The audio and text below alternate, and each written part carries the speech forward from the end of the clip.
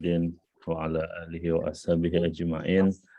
Rabbi ishrah li sadri wa yassir li amri wahlul 'uqdatam min lisani yafqahu qawli wa ba'du. Teman-teman semuanya yang dirahmati, diberkahi Allah Subhanahu wa taala, alhamdulillah pagi hari ini kita bisa mendiskusikan sesuatu yang mungkin sebagian orang mengkhawatirkan karena banyak banget ya kabar PHK di mana-mana. Shopee, terutama perusahaan-perusahaan teknologi ya, tingkat PHK-nya sangat tinggi. Juga perusahaan-perusahaan yang bergerak di bidang manufaktur, beberapanya juga menghadapi penurunan. Coba hari ini kita bahas beberapa hal tersebut dan kita coba lihat dalam konteks atau kacamata Islam itu seperti apa. Sekarang sedang ramai, udah lewat ya sebenarnya, orang sudah dulu pada suatu masa sangat ribut orang resesi dan seterusnya. Tapi apakah sebenarnya akan terjadi resesi? Memang yang jelas dunia pasca COVID ini secara ekonomi masih mengalami pelambatan pertumbuhan ekonomi. Ini kondisi tahun 2019 sebelum COVID. COVID datang 2020, 2021. Pertumbuhan dunia minus 3%, Amerika minus 3,5%, Eropa minus 6%, Indonesia minus 2%, Jepang minus 5%, dan seterusnya, dan seterusnya. Cina mengalami masih naik, tapi turunnya signifikan, dari 6,1 ke 2,3. Rusia juga turun signifikan, Brazil juga turun signifikan, ASEAN secara umum juga turun signifikan. Jadi pertumbuhan ekonomi itu bicara tentang kemampuan sebuah negara untuk bisa untuk bisa meningkatkan. Jadi kan kalau ngitung pertumbuhan itu adalah GDP tahun ini dibandingkan yang sebelumnya dikalikan 100%. Jadi kita lihat naik atau turun. GDP itu adalah gross domestic product, kemampuan satu negara, kemampuan ekonomi sebuah negara. Keseluruhan belanjanya rumah tangga, keseluruhan investasi di rumah tangga produksi, keseluruhan belanja pemerintah, keseluruhan ekspor dikurangi impor digabungkan, itu namanya GDP. Ketika terjadi pelambatan, maka ya otomatis terjadi dampak lanjutannya. Penurunan gaji, peningkatan pengangguran, semakin rendah kemampuan sebuah negara untuk menyerap lapangan kerja baru dan seterusnya dan seterusnya. Jadi kalau ada teman-teman di sini yang mungkin baru lulus tahun ini dan profesinya masih belum spesifik ya, kalau dokter, nurse misalnya, mungkin udah spesifik jalurnya ya. Tapi kalau sarjana ekonomi lulus terus harusnya nyari kerja, nah ini tentu masa-masa yang sangat sulit ketika terjadi penurunan. Dan tahun 2023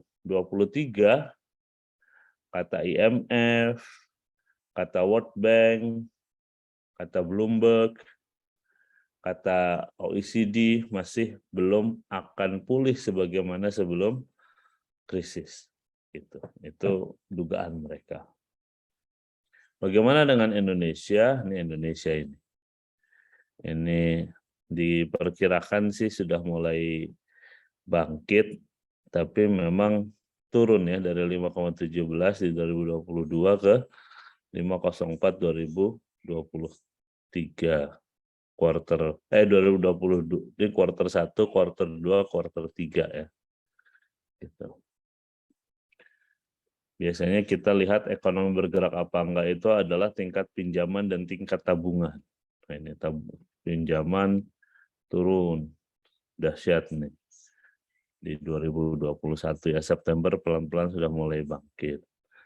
Deposit, nah begini posisi. Mungkin kita nggak semua di sini orang ekonomi ya, saya tidak membahas terlalu dalam. Cuma saya ingin mengatakan bahwa sebenarnya Indonesia itu agak berbeda dengan negara-negara seperti Jepang, China, Amerika yang mereka sangat terhubung dengan ekonomi internasional.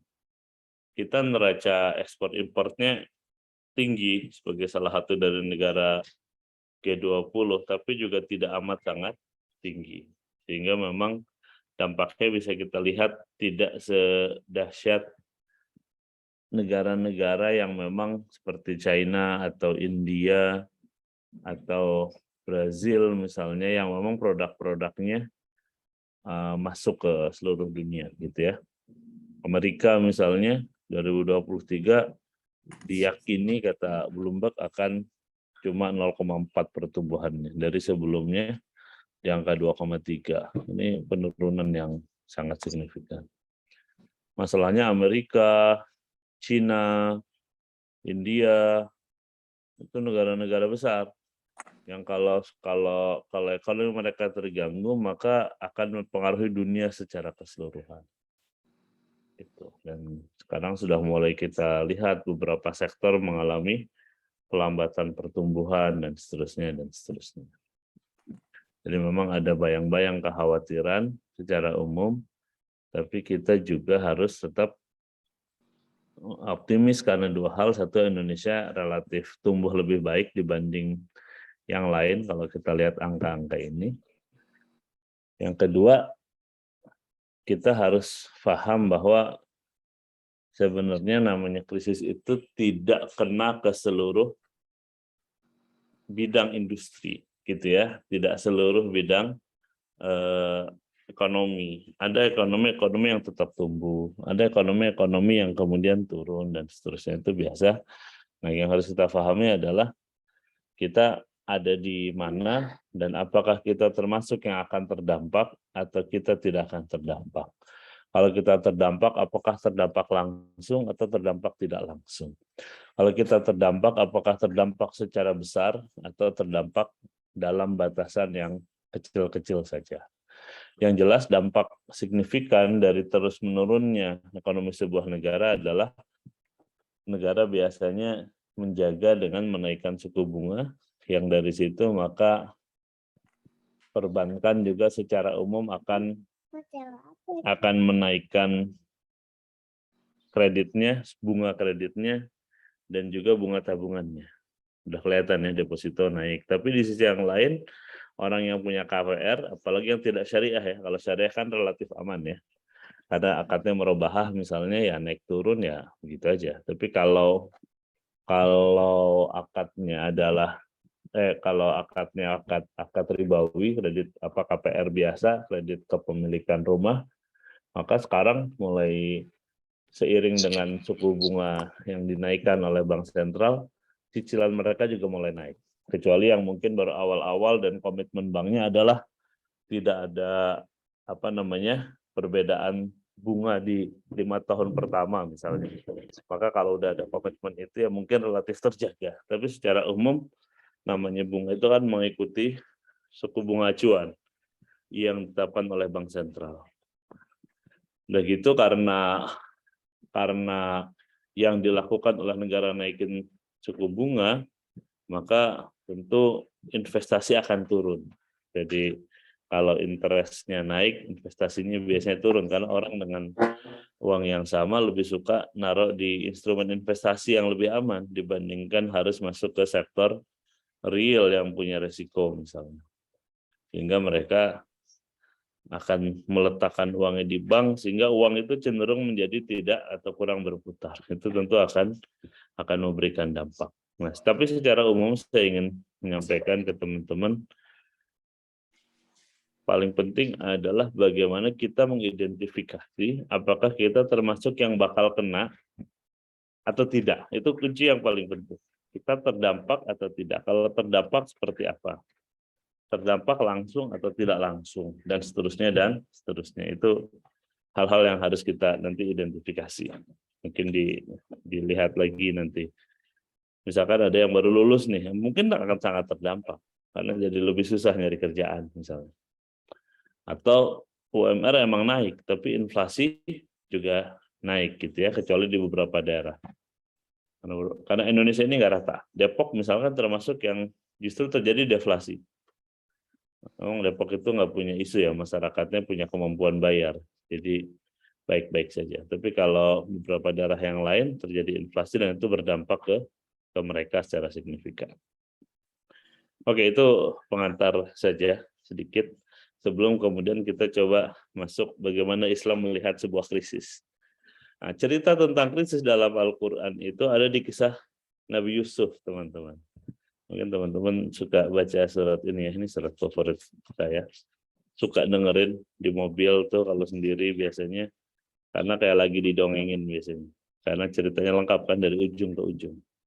Saya mulai dari ayat 47, Allah Ta'ala berfirman, Yusufu ayyuhas siddiqu afdina fi sab'i baqaratin simanin, ya'kuluhunna sab'un ijafun, wa sab'i sumbulatin khudri wa ukhara yabisat, la'ali arji'u ilan nasi la'allahum ya'lamun. Jadi, kalau mungkin teman-teman ingat ceritanya, karena ada seorang raja yang bermimpi, di mimpinya itu dia melihat 7 ekor sapi gemuk dimakan 7 ekor sapi kurus, dan di mimpinya itu dia melihat 7 tangkai gandum hijau yang ranum gitu, yang meliputi 7 tangkai lainnya yang kering. Agar aku kembali kepada orang itu supaya bisa dijelaskan kepada raja apa itu maknanya. Ceritanya begitu. Ini yang nanya adalah 2 orang yang dulu pernah dipenjara satu sel dengan Nabi Yusuf kan. Ini yang ingat nggak? Ini yang kepalanya ada roti dimakan burung atau yang memeras Homer kira-kira orangnya? Ada yang tahu? Ada yang mau angkat tangan? Kan temannya 2 ya. Waktu itu mereka mimpi dan diterjemahkan mimpinya oleh Nabi Yusuf, dan benar tuh. Yang memeras Homer ya, yang memeras anggur jadi Homer. Mimpi si pemimpi itu. Jadi ketika raja mimpi dan nggak ada yang bisa menjawab maknanya, maka dia teringat tentang Nabi Yusuf dan kemudian dia tanya, raja mimpi begini, mungkin kamu bisa memaknainya. Jadi teman-teman kalau tidur terus mimpinya kuat gitu ya, biasanya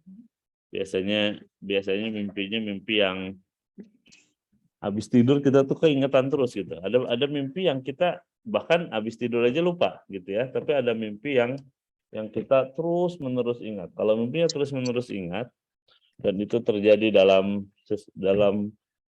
konteks yang berkali-kali atau di waktu yang seperti sepertiga malam terakhir, bisa jadi ada maknanya gitu ya. Kecuali kalau mimpinya mimpi yang serem, itu dari setan. Tapi kalau mimpi yang punya makna mungkin bisa dimaknai. Maka ada beberapa ulama yang bisa menerjemahkan mimpi gitu ya, seperti Ibnu Sirin atau yang lain. Walaupun ini tidak boleh menjadi dalil ya. Oke. Nah intinya dia di mimpinya begitu.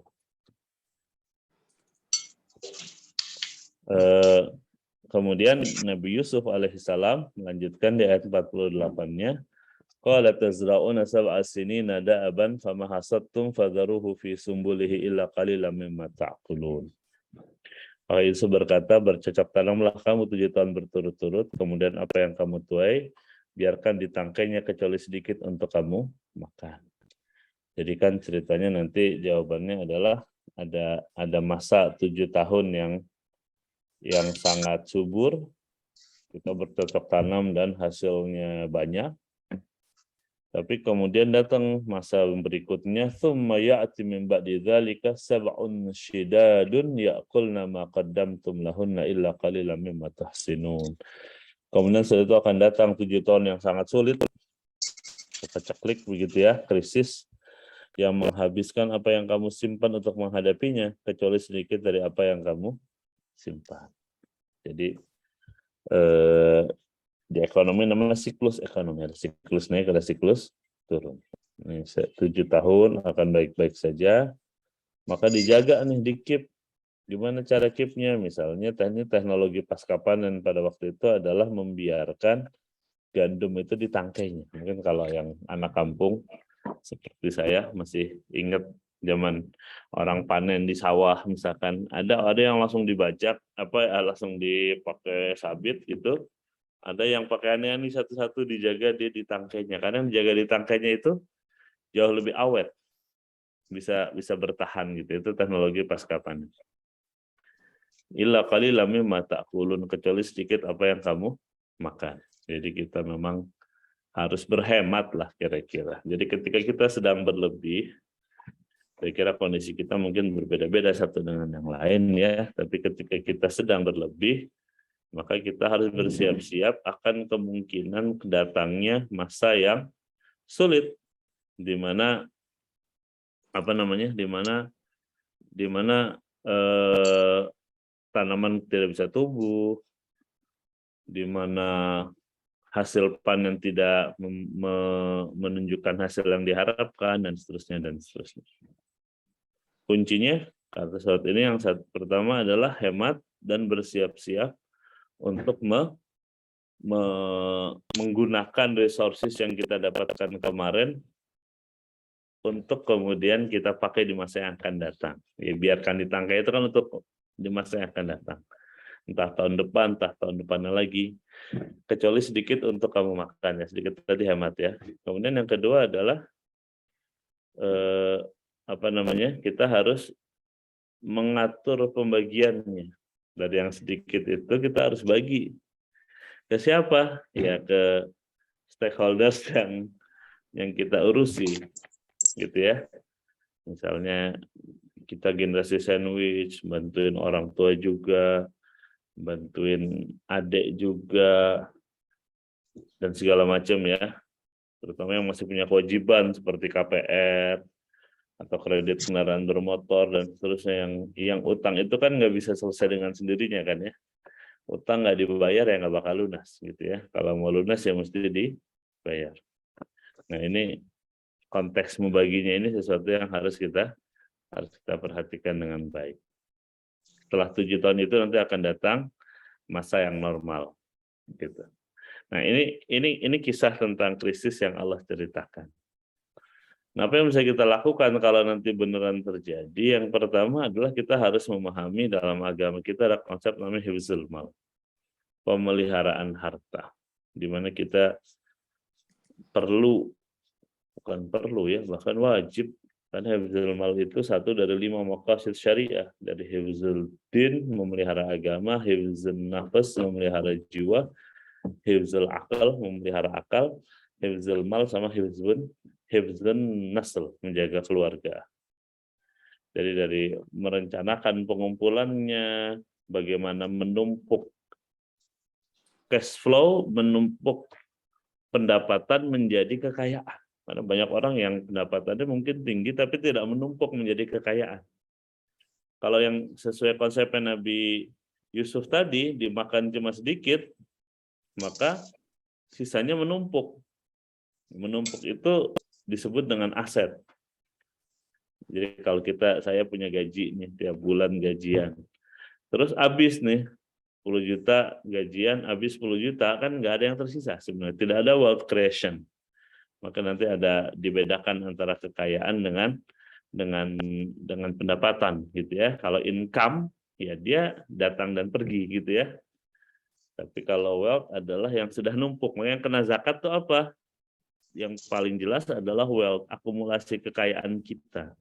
Saya punya uang 10 juta gajinya, kepakai 7 juta. 3 juta yang terakumulasi dalam setahun, misalnya, atau dalam waktu tertentu, itu menjadi wealth creation. Dan kemudian kita akumulasikan, kemudian kita proteksi, kita jaga. Untuk apa? Untuk supaya tidak turun nilai harta kita. Makanya penting nih orang hidup kita itu kadang-kadang manusia itu bekerjanya keras gitu, tapi asetnya disia-siakan misalnya gitu. Dan saya pernah cerita, teman-teman pernah dengar misalnya banyak orang yang, bukan banyak sih, ada beberapa artis yang gaya-gayaan mengeluarkan uang di ATM-nya yang bermiliar-miliar itu misalnya gitu. wah ini 2 miliar nih ATM Raffi Ahmad misalnya. Mungkin kalau Raffi Ahmad belanjanya 100 juta sehari, nggak ada masalah. Itu sesuai dengan cash flow-nya. Tapi kalau dia nyedot 2 miliar, sementara pengeluaran bulanannya sebutlah cuma 20 juta, artinya 20 juta untuk jadi 2 miliar itu kan butuh 100 bulan kalau dia sebulan 20 juta. 100 bulan itu berarti berapa tahun? 100 bagi 12.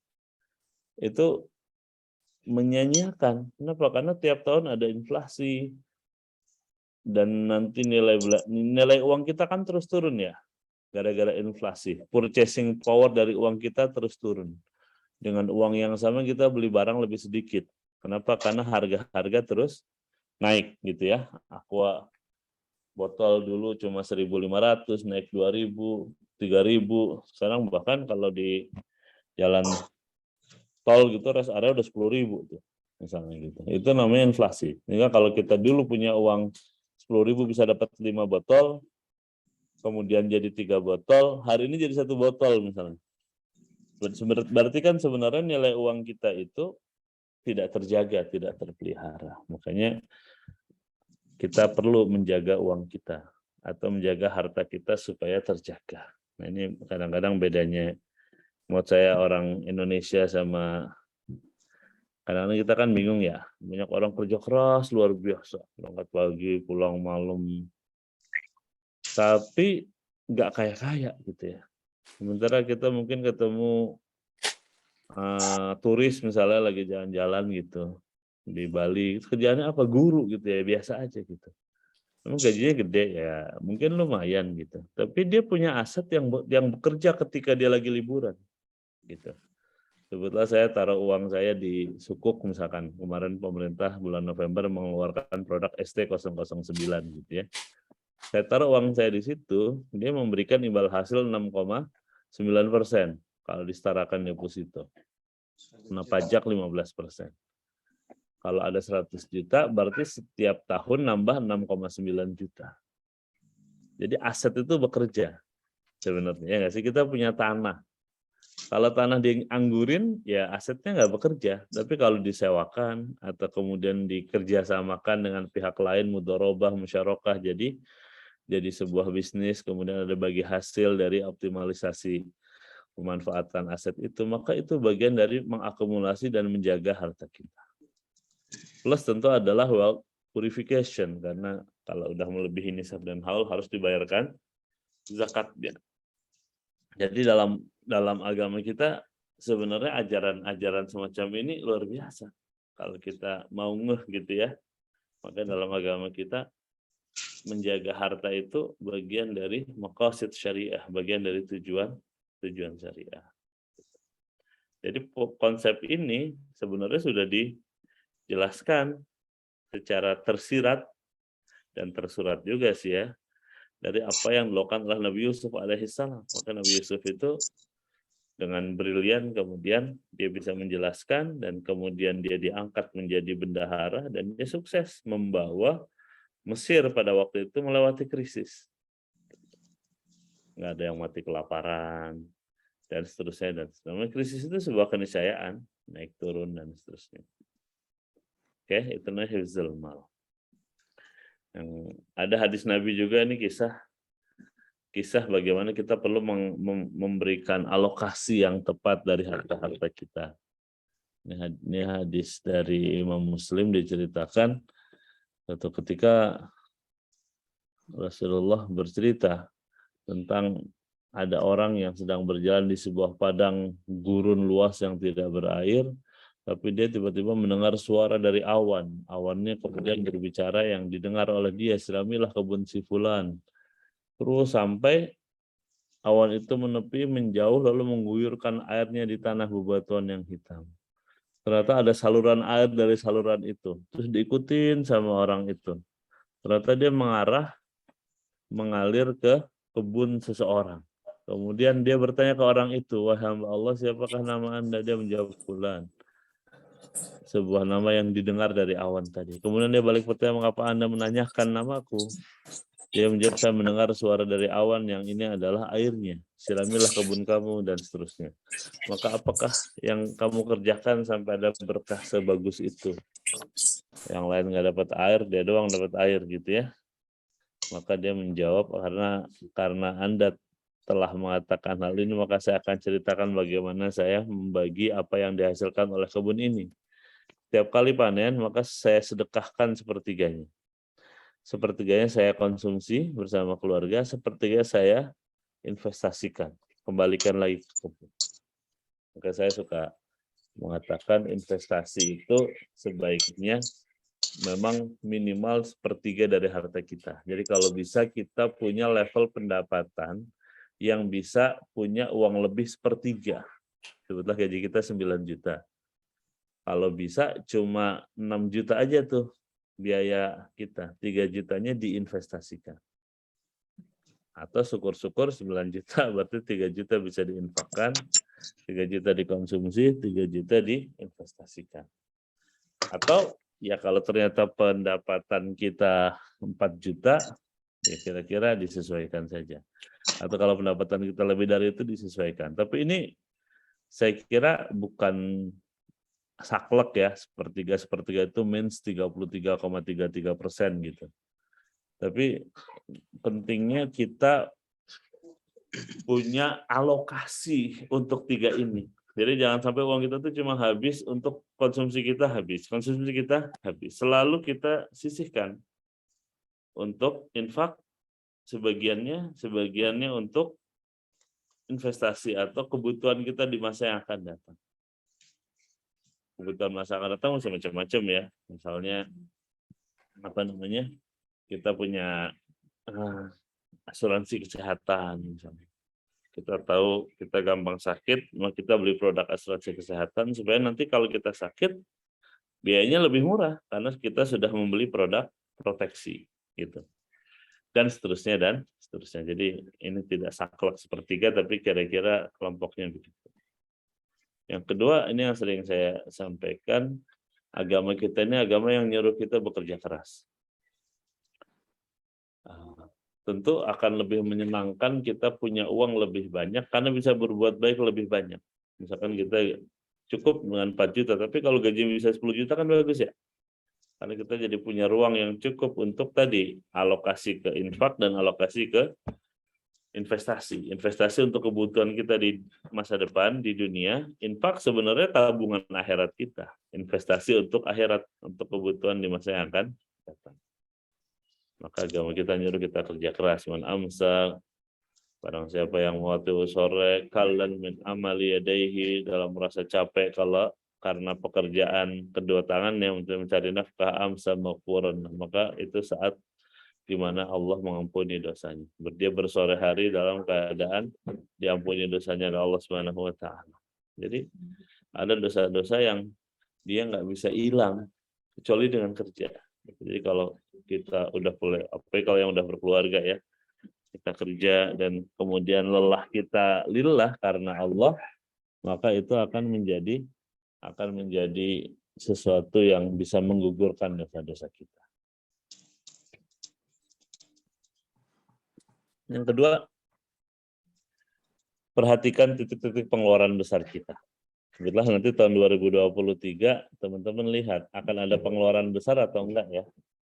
Kalau ada pengeluaran besar apa ya? Bisa nggak kita antisipasi dari sekarang? Ini penting karena banyak orang yang tidak bisa mengantisipasi pengeluaran besarnya sehingga kemudian ini terjatuh ke hutang misalnya. Kalau yang renov, namanya renov mungkin kebutuhannya macam-macam. Ketika dia tidak bisa memperkirakan dengan baik, nanggung udah mau beres, kayak perlu ngutang 10 juta. Kalau ngutangnya benar mending. Kalau ngutangnya lewat pinjol kan jadi rusak semuanya kan? Ya enggak. Dan seterusnya. Jadi kita harus bisa memetakan belanja kita di 2023. Bulan-bulan apa akan ada pengeluaran besar misalnya. Oh ini anak masuk sekolah tahun ajaran baru. Oh ini lebaran. Oh ini ada jadwal sebutlah mama operasi misalkan orang tua misalkan. Atau ada jadwal ada biaya apa gitu yang bakal besar dan seterusnya. Maka ketika kita sudah tahu, kita udah bisa sisihkan nih dari hari ini. Sebutlah kita perkirakan kebutuhannya 5 juta. Kita nabung 500.000 per bulan dari hari ini, sehingga ketika saatnya keluar kita punya 4 juta misalkan. Tinggal nambah sejuta tentu lebih mudah dibanding harus menambah 5 juta misalnya. Itu di antara hal-hal yang harus kita. Kemudian saya termasuk di masa krisis ini sangat menganjurkan kalau memang kita bisa punya lebihan itu masuk ke dana cadangan. Cadangan itu ukurannya berapa? Ukurannya setidaknya 2 kali pengeluaran atau 4 kali pengeluaran. Misalkan sebutlah pengeluaran kita sebulan 3 juta, kita cadangkan 6 juta. Atau minimal sebulan lah. Syukur-syukur bisa 2 bulan atau 4 bulan. Atau 6 bulan, tentu itu sesuatu yang sangat baik. Tergantung jenis pekerjaan kita. Kalau kerjaan kita move between jobs-nya itu agak susah, maka kita perlu memperpanjang atau memperbanyak dana cadangan gitu. Tapi kalau kita orang yang gampang pindah-pindah kerja dan gampang dapat pekerjaan baru dan seterusnya, mungkin sebulan 2 bulan juga nggak apa-apa. Minimal kalau kita lagi ada masa nggak gajian, ada dana cadangan yang bisa kita pakai gitu. Gitu ya. Jangan sampai nanti titik pengeluaran besarnya malah hal-hal konyol misalnya gitu ya, yang tidak kita persiapkan. Misalkan ada 2023 ada laptop baru yang kita incar misalkan harganya 30 juta gitu. Terus kita nggak antisipasi, kita keluarin, itu bukan waktu yang tepat ya. Tapi kalau kita tahu itu perlu, kita atur cara nabungnya sampai sebetulnya kita sisihkan sekian, nanti pada waktunya cukup, nah itu membuat kita tidak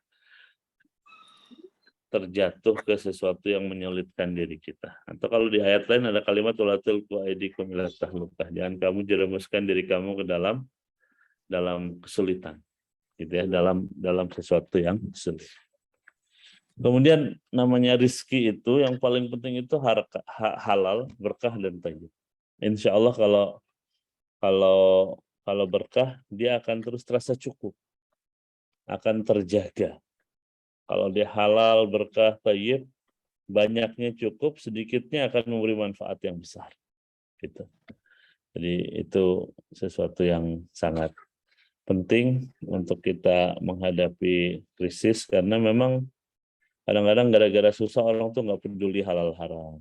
Tentu itu bukan sesuatu yang bagus ya. Nabi ngingetin dari dulu bahkan bahwa akan datang gitu ya sebuah masa la ya'tiyanna 'alan nasi zamanun la yubali almar'u bima akhadhal mal. Akan datang satu zaman di mana manusia tidak lagi peduli dari mana harta mereka.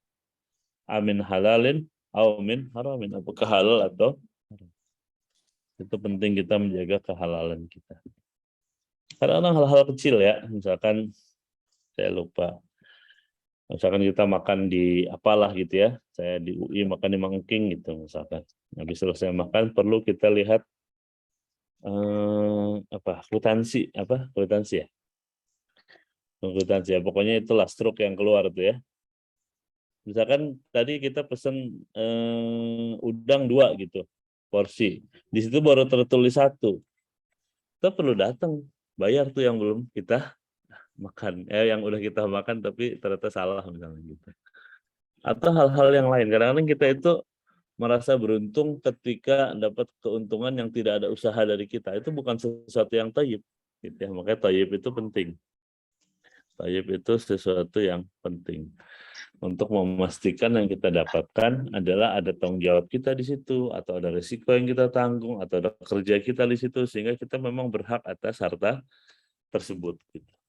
Insya Allah kalau semua pemasukan halal berkah thayyib, mau krisis nggak krisis, insya Allah kita tidak akan terjatuh ke dalam kesulitan, karena harta yang berkah itu akan menjaga, kata Rasulullah Shallallahu Alaihi Wasallam. Saya kira itu pengantarnya, singkat saja, tapi mudah-mudahan bisa menjadi pengantar diskusi yang baik. Kalau teman-teman ada yang mau ditanyakan, persilahkan. Mungkin moderatornya nggak usah masuk lagi, nggak apa-apa, langsung saya aja. Silahkan kalau ada yang mau didiskusikan atau mau ditanyakan, Langsung. Mau chat boleh, mau raise hand juga boleh. Silakan. Dari yang serius sampai yang nggak serius, boleh, bebas. Tafadhal.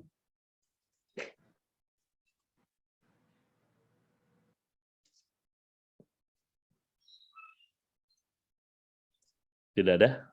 Bagus ya, lebih cepat lebih baik. Saya tunggu.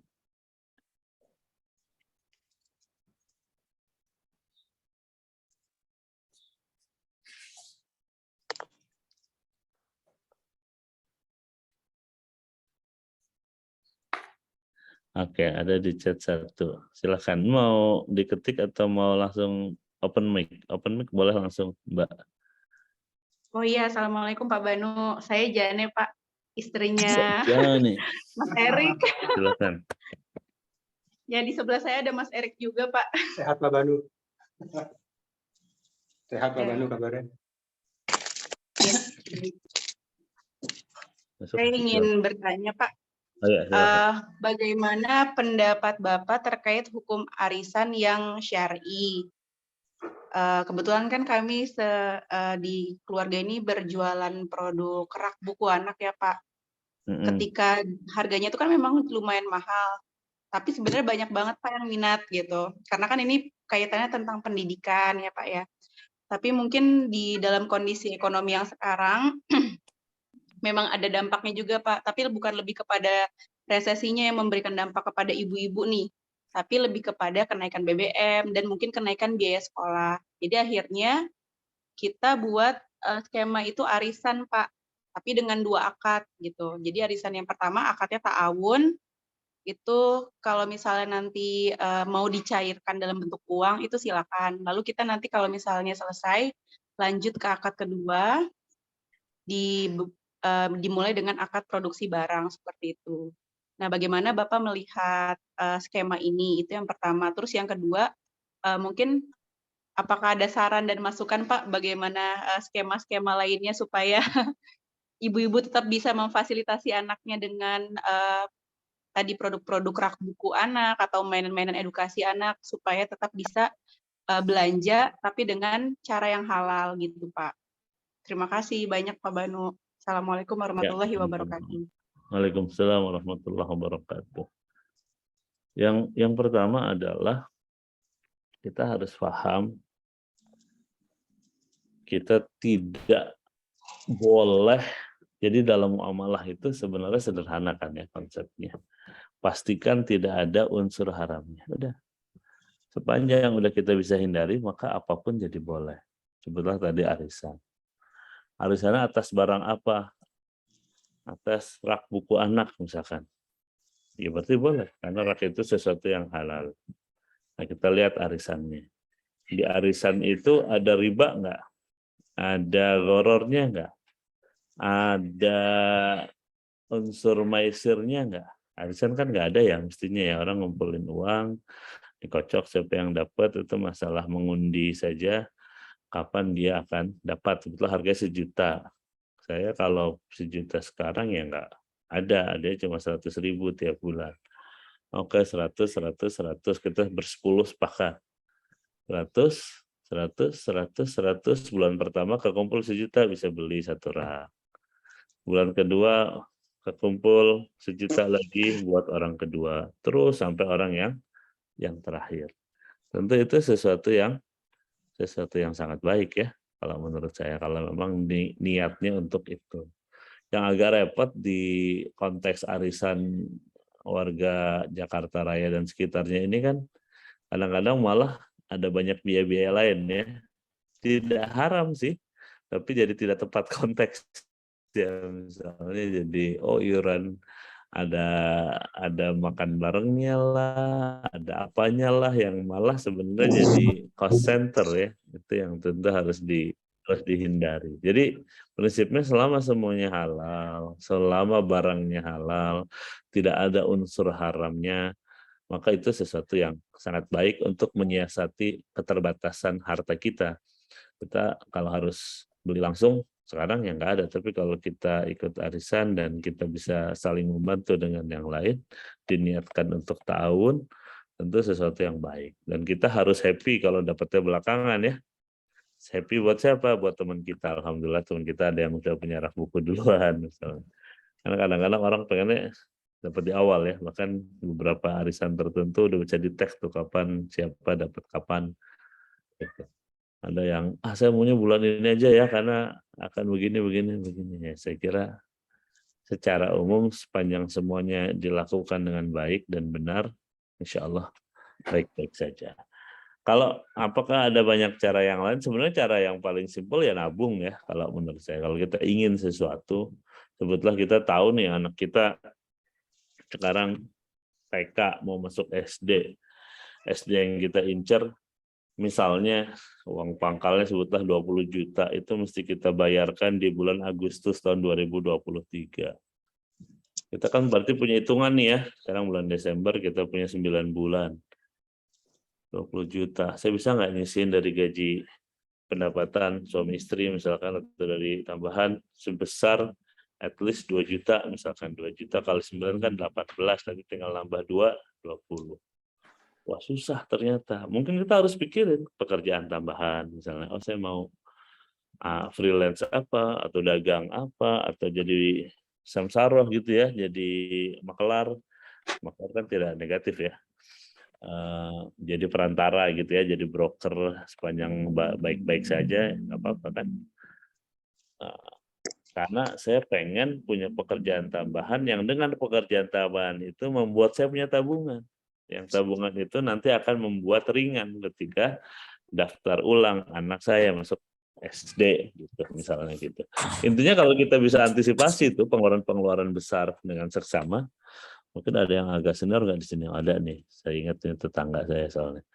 Misalnya anaknya mau nikah gitu ya, tapi kebanyakan ini masih muda-muda ya. Sebutlah ada anak yang mau nikah, terus kita sudah menduga akan ada pengeluaran besar di bulan Oktober misalnya. Oh, kita punya waktu 10 bulan buat nabung misalnya ya, atau buat mempersiapkan. Sehingga nanti pas bulannya kita nggak perlu ngutang, nggak perlu repot-repot sana sini dan seterusnya dan seterusnya.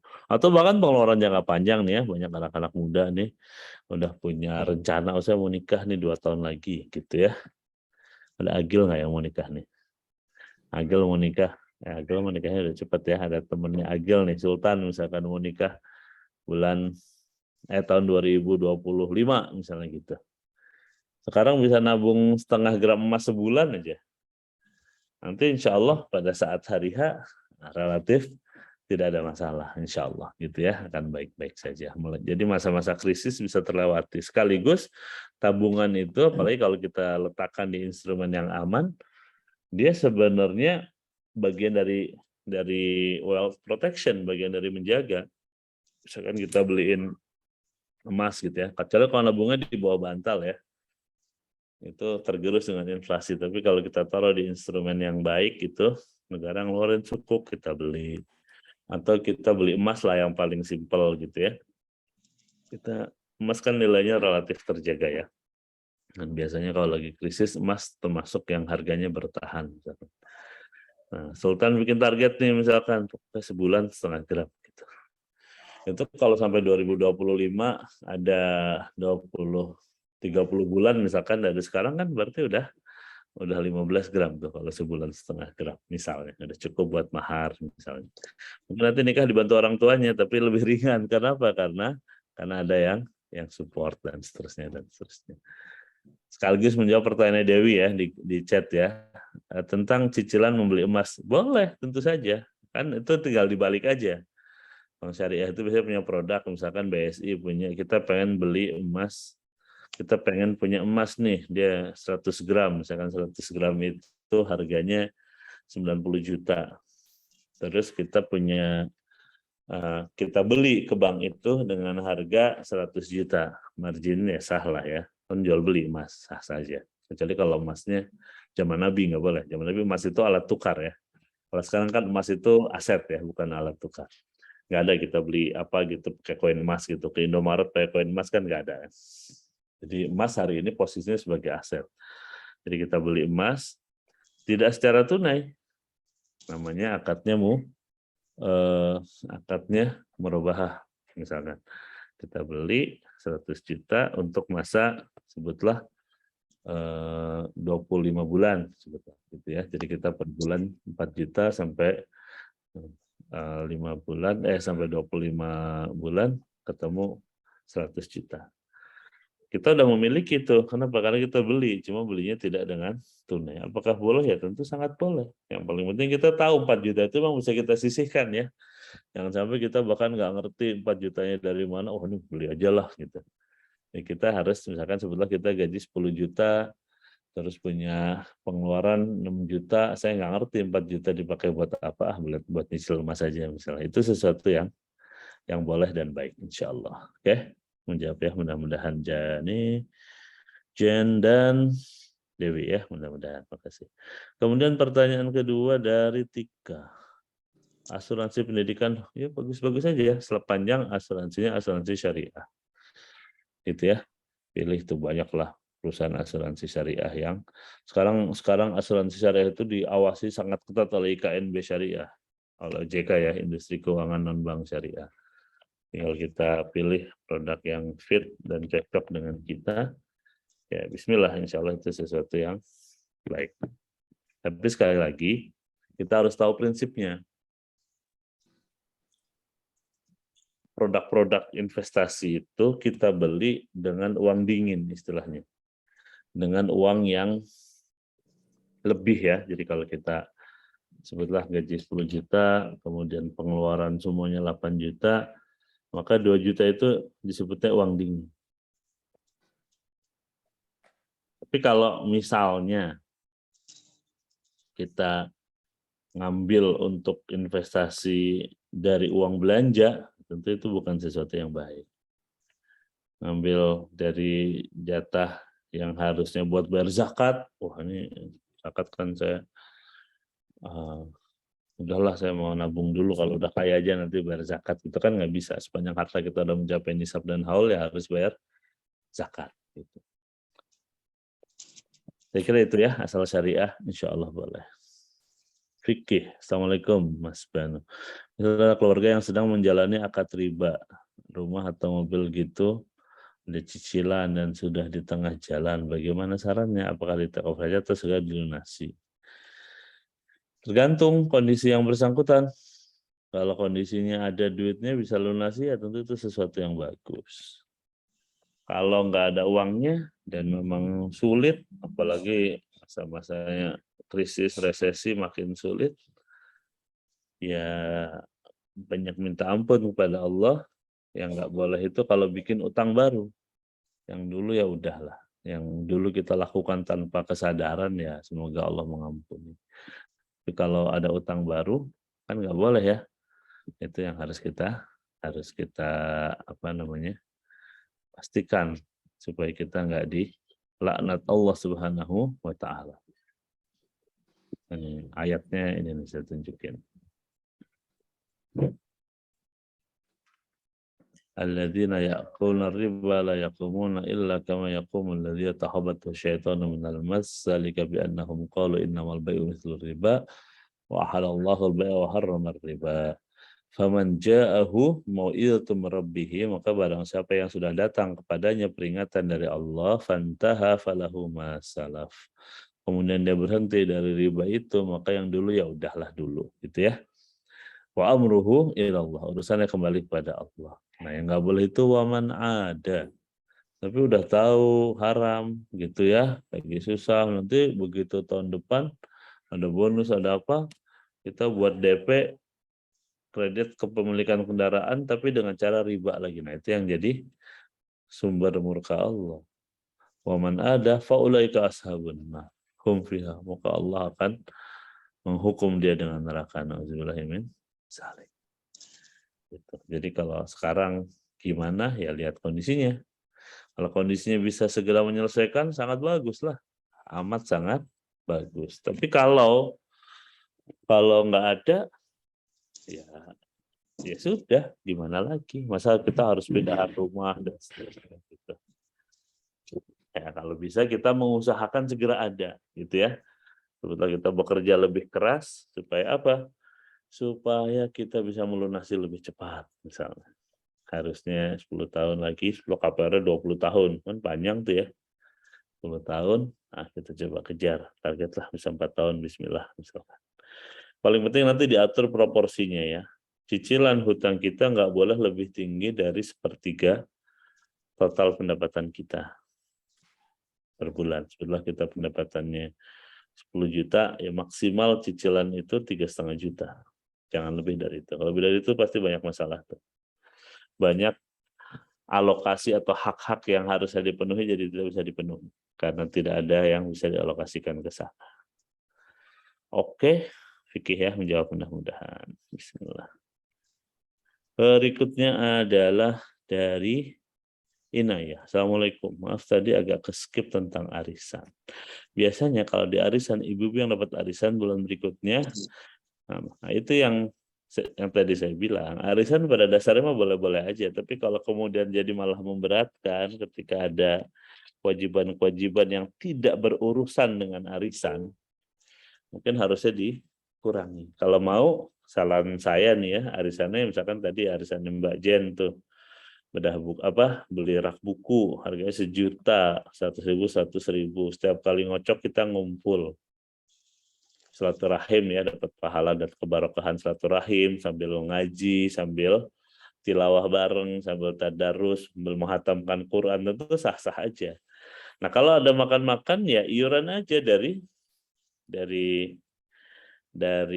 bersama-sama gitu ya, instead of memaksakan yang dapat bulan lalu, kan bulan lalu udah dapat 1 juta udah jadi beli rak. Apa jaminannya dia kemudian punya duit lagi, ya nggak sih?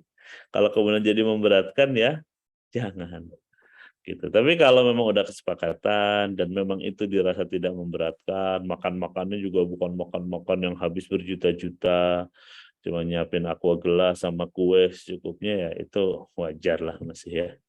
Tapi jangan disatukan dengan akad di arisan gitu. Arisan ya arisan aja udah gitu. Jadi tidak ada akad-akad yang lain gitu. Akad yang lain ya perbuatannya perbuatan tabaruk aja ya, akad kebaikan ya. Ya orang namanya tamu ya kita suguhin gitu ya. Misalkan oh ini beli rak bulan lalu, berarti tahun depan bulan depan ngumpul buat ngeliat raknya bersama-sama, kan ya boleh-boleh aja gitu. Tentu sesuatu yang baik dan boleh. Lihat aja Mbak Inayah, kalau emang tidak memberatkan, tidak bagian dari akad. Maksudnya gini, tiba-tiba harusnya jatah saya nih, karena saya bulan lalu dapat. Tuh saya bulan ini sibuk banget sehingga nggak bisa misalnya. Ya nggak usah dipaksain, berarti Pak Banu ini punya utang gitu ya, nggak juga. Ya kan niatnya ngumpul apa? Buat ngumpul, silaturahim, tadarus bareng misalnya. Atau kalau mau nggak repot ya nggak usah ngumpul juga bisa ya hari ini ya. Kita ngumpul pakai Zoom gitu ya. Diundinya secara secara virtual gitu kan juga bisa langsung di transfer kirim gitu ya. Kalau banknya sama kan transfer antar bank yang sama gratis ya, harusnya nggak ada isu gitu ya. Intinya kita jangan mengadi-ngadi lah, itu poinnya. Sip, mudah-mudahan terjawab ya. Iya, izin bertanya, bagaimana cara membedakan kebutuhan dan keinginan? Misal tahun depan pengen beli mobil, tapi kita tidak tahu kebutuhan pokok bisa jadi naik harganya sehingga nambah pengeluaran dan seterusnya. Beli mobil itu ada yang sifatnya butuh, ada yang sifatnya ingin. Sebutlah satu keluarga anaknya udah 3 gitu, kan nggak mungkin ya naik motor berlima, ya nggak sih? Jadi mobil walaupun kecil misalnya, walaupun second, itu sebuah kebutuhan gitu, bukan keinginan, itu mah emang kebutuhan gitu, nggak bisa enggak gitu. Apalagi harus nganter sekolah bareng-bareng, jamnya deket-deket gitu ya, atau mungkin punya motor 2 itu kebutuhan untuk satu keluarga. Misalnya suaminya harus kerja, istrinya nganterin anaknya, atau istrinya juga harus kerja juga sehingga yang nganterin pembantunya, apalagi gitu ya. Yang paling penting kita lihat itu kebutuhan atau keinginan gitu ya. Saya lagi pengen nih punya mobil listrik. Itu keinginan, bukan kebutuhan. Kalau saya bisa, dan memang ada, udah saya tabung, udah saya siapin. Biasanya keinginan tuh ukurannya sederhana. Kalau kita bisa beli 2 tanpa merasa berat, berarti itu bolehlah kita belanjain. Gitu, Bu Tia. Misalkan Mbak Tia ini pengen beli apa gitu, barang tertentu, harganya 10 juta gitu. Misal gitu ya. Ukurannya simpel aja, kita punya tabungan yang kalau beli 2 itu nggak berat-berat amat gitu. Berarti boleh tuh keinginan dieksekusi. Tapi kalau beli 1 aja berat, bahkan beli 2 aja berat, bahkan beli 1 juga berat ya, berarti jangan dipaksakan karena berarti kita tidak mampu. Makanya tadi kalau saya bilang di krisis ini yang paling penting kalau nggak ada kesanggupan apa?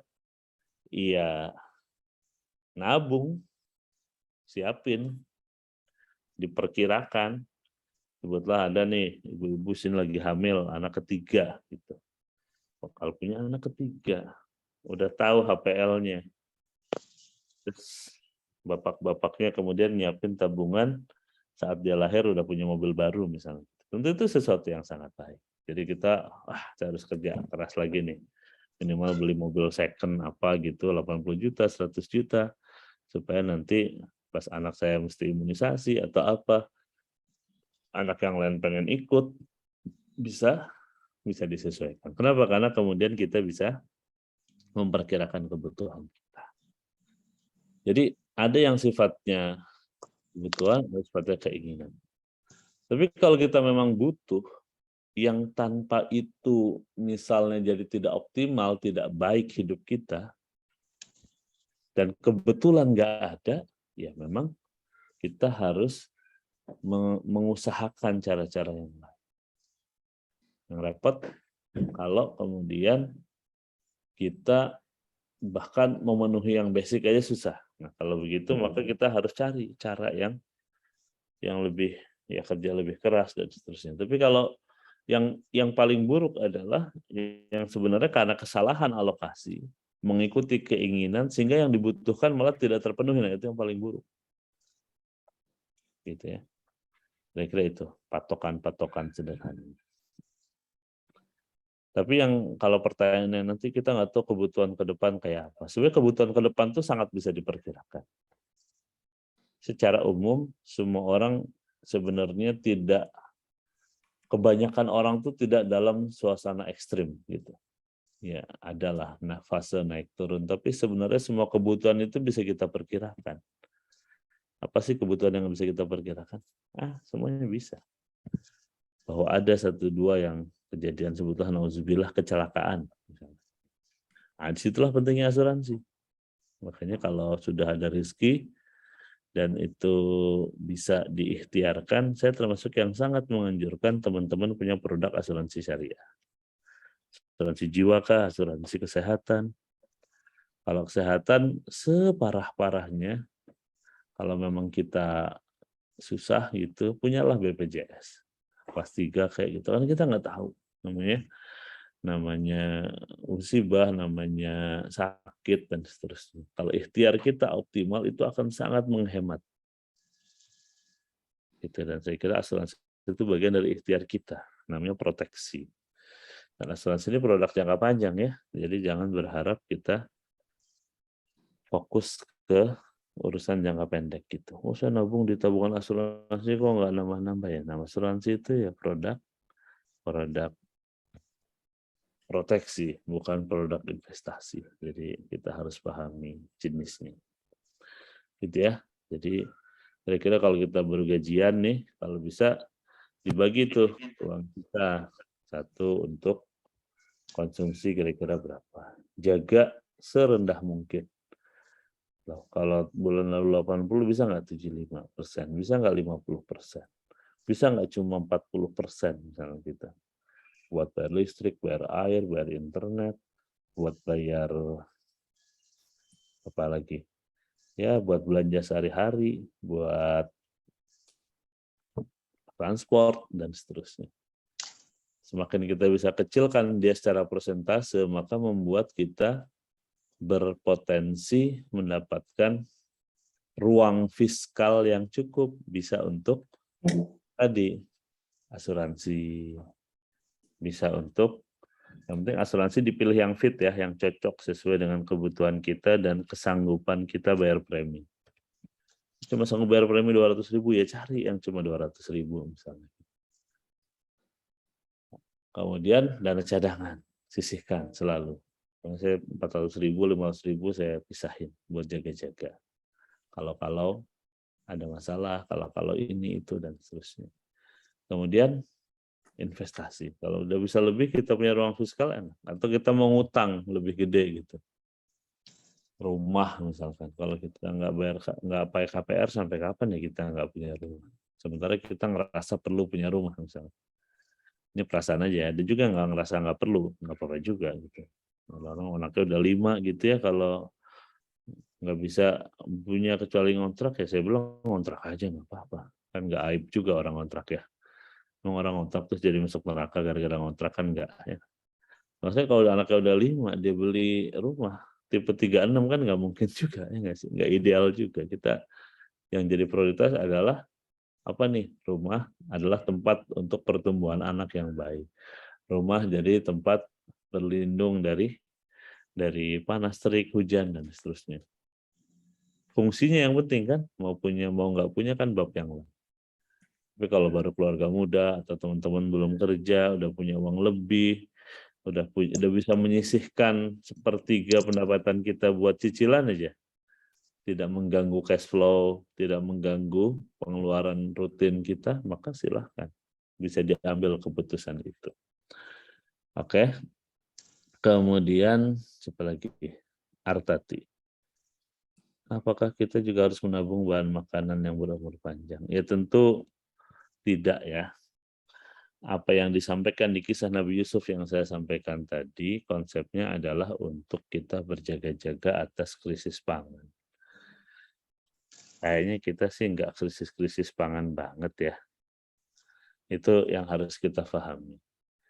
Jadi sepanjang kita tidak berlebihan, nyetok mah sah-sah aja. Nyetok buat sebulan, nyetok buat 2 bulan wajar ya saya kira. Beras misalkan, setelah lagi pas ke mall dapat harga murah gitu. Pas ke hypermart misalnya atau ke Superindo atau kemana gitu, biasanya 65.000 5 kilo, ini cuma lagi diskon jadi 50.000, terus kita beli 4 misalnya gitu buat nyetok ya nggak apa-apa. Tapi itu perkara umum saja, tidak mutlak harus atau tidak harus. Ayat tadi tidak berarti kita harus kita menyiapkan bahan pokok di rumah lebih banyak gitu. Terus kita timbun telur gitu, yang ada malah busuk ya nggak sih? Ya tentu kita harus tahu ukurannya dan kita juga punya kesanggupan menyimpan. Kayak kisah Nabi Yusuf tadi kan judulnya kan kemampuan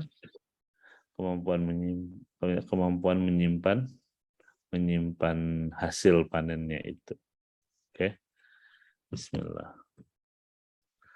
Ada lagi? Mas Banu punya perbulan dalam ngamal kesangsi tapi dia sedekahkan jumlah, dia berusaha mengikhtiarkan sekali tidak kurang per bulan. Kalau saya sih termasuk yang menganjurkan dua-duanya ya. Sedekahnya banyak gitu. Asuransi perlulah saya kira. Hari ini di zaman kita sekarang kita pilihlah asuransi yang cocok gitu. Tapi kalau duitnya terbatas, milih mana nih, sedekah atau asuransi misalnya gitu. Kalau kalau misalnya kita orang yang punya risiko berpenyakit yang besar.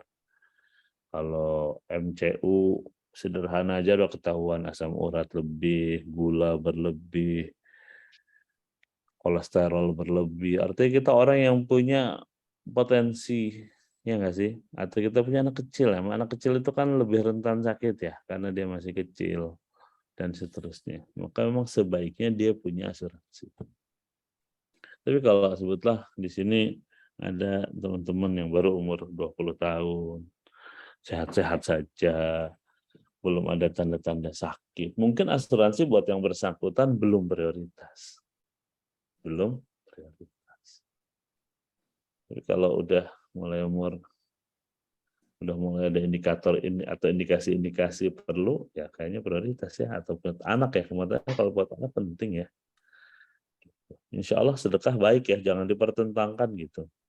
Sedekah aja lah, Allah yang menjaga ya, insya Allah Allah menjaga, tapi ikhtiarnya juga optimal. Kita 50.000 sedekah atau 50.000 buat bayar asuransi, ya dua-duanya aja. Kalau kurang ya cari tambahan sebenarnya. Kebetulan cuma 500 lebihnya. Jadi kita bingung buat apa. Ya cari lebihan tambahan lagi. Ngajar kek, dagang kek, apa kek gitu ya. Jadi kita nggak perlu mempertentangkan dua hal yang sama-sama baik. Yang nggak boleh adalah kalau kita beli produk asuransinya yang tidak syariah. Itu yang nggak boleh. Tapi kalau yang syariah ya bagus-bagus saja. Insya Allah. Gitu ya. Mudah-mudahan cukup jelas. Silakan kalau ada lagi di chat boleh, di open mic boleh.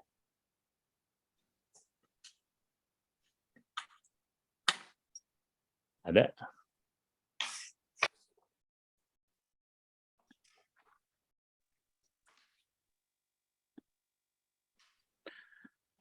Oke, kalau nggak ada mungkin sedikit saya mau mereview sedikit yang tadi kita bahas karena beberapa Ada lagi satu lagi itu Ah. Melvi.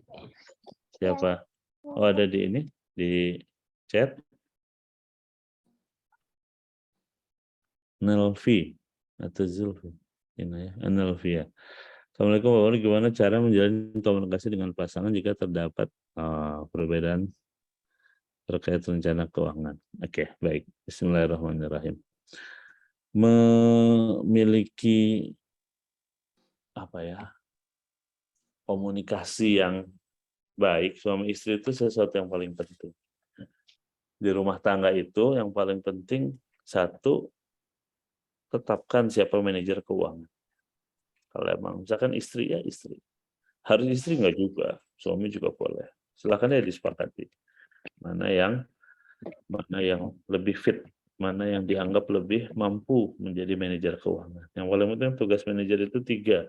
1 merencanakan, 2 mencatat, 3 melaporkan. Namanya juga manajer kan, itu paling penting.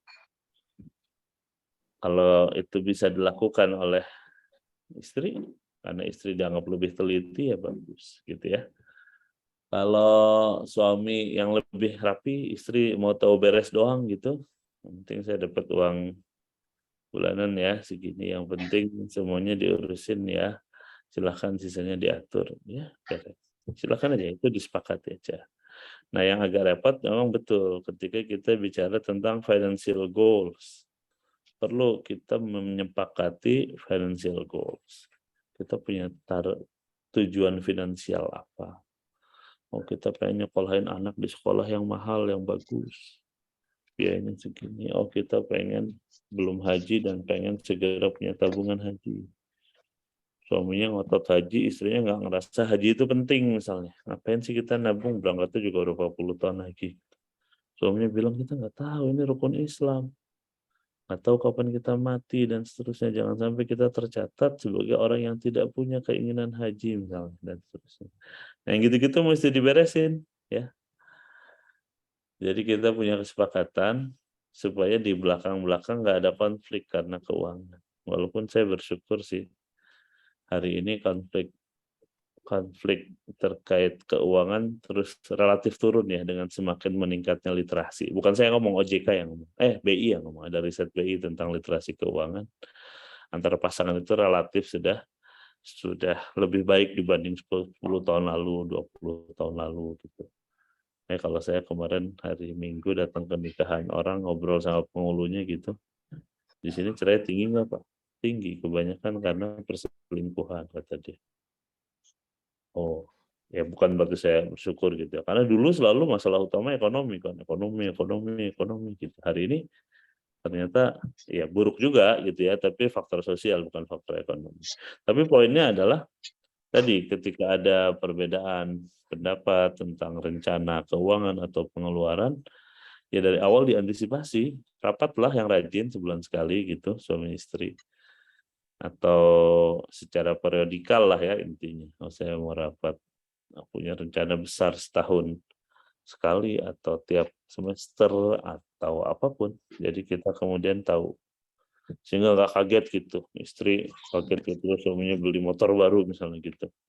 Kok nggak ngomong-ngomong gitu. Tapi kalau didiskusikan, pengen nih punya motor baru nih yang ini udah kelamaan. Udah sering masuk bengkel. Ke bengkel sih mungkin nggak mahal-mahal amat, tapi waktu yang dihabiskan lama dan seterusnya gitu. Ya udah nabung yuk. Nanti begitu udah sampai angka tertentu, sepakat beli motor, karena yang pengen suaminya silahkan suaminya misalnya. Atau istri tiba-tiba ujuk-ujuk check out gitu, di total sekian gitu. Suaminya nanya, ini kenapa banyak banget beli barang-barang yang nggak perlu misalnya. Istrinya mengatakan, kan waktu itu kita bersepakat maksimal segini boleh gitu. Misal, oh iya kalau memang udah ada kesepakatan kan enak ya. Yang nggak boleh itu kalau melanggar kesepakatan. Makanya punya rules itu sesuatu yang penting. Yang penting disesuaikan ya dengan kebutuhan, dengan fase-fase ekonomi rumah tangga gitu ya. Fase belum punya anak dengan fase punya anak 5 tentu tidak sama. Fase belum nikah dengan fase setelah nikah tentu nggak sama. Fase baru awal nikah dengan fase menjelang pensiun tentu tidak sama. Nah, itu penting disepakati di rumah tangga. Financial goals, jangka pendek, jangka menengah, jangka panjang. Kalau udah clear, baru disesuaikan alokasinya. Kalau suami istri ya komunikasi itu kunci. Makanya saya berharap mudah-mudahan teman-teman termasuk yang bisa menjaga komunikasi suami istri dengan baik. Saya kira itu. Silahkan kalau ada pertanyaan yang lain. Kalau nggak ada, saya mau review sebentar yang tadi baru masuk belakangan. Sisanya saya cukupkan. Udah ya kali ya, nih tadi saya mau review dikit buat yang baru datang.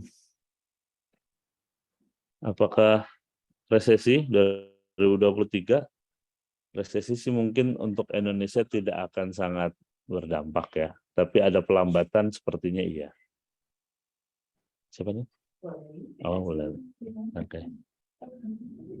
Ada tamu. Apakah sangat berdampak? Ya ada bidang-bidang yang terdampak. Tugas kita mengidentifikasi apakah kita terdampak langsung atau tidak langsung. Apakah terdampak berat atau terdampak tidak berat. Kita siapkan tahapan-tahapannya.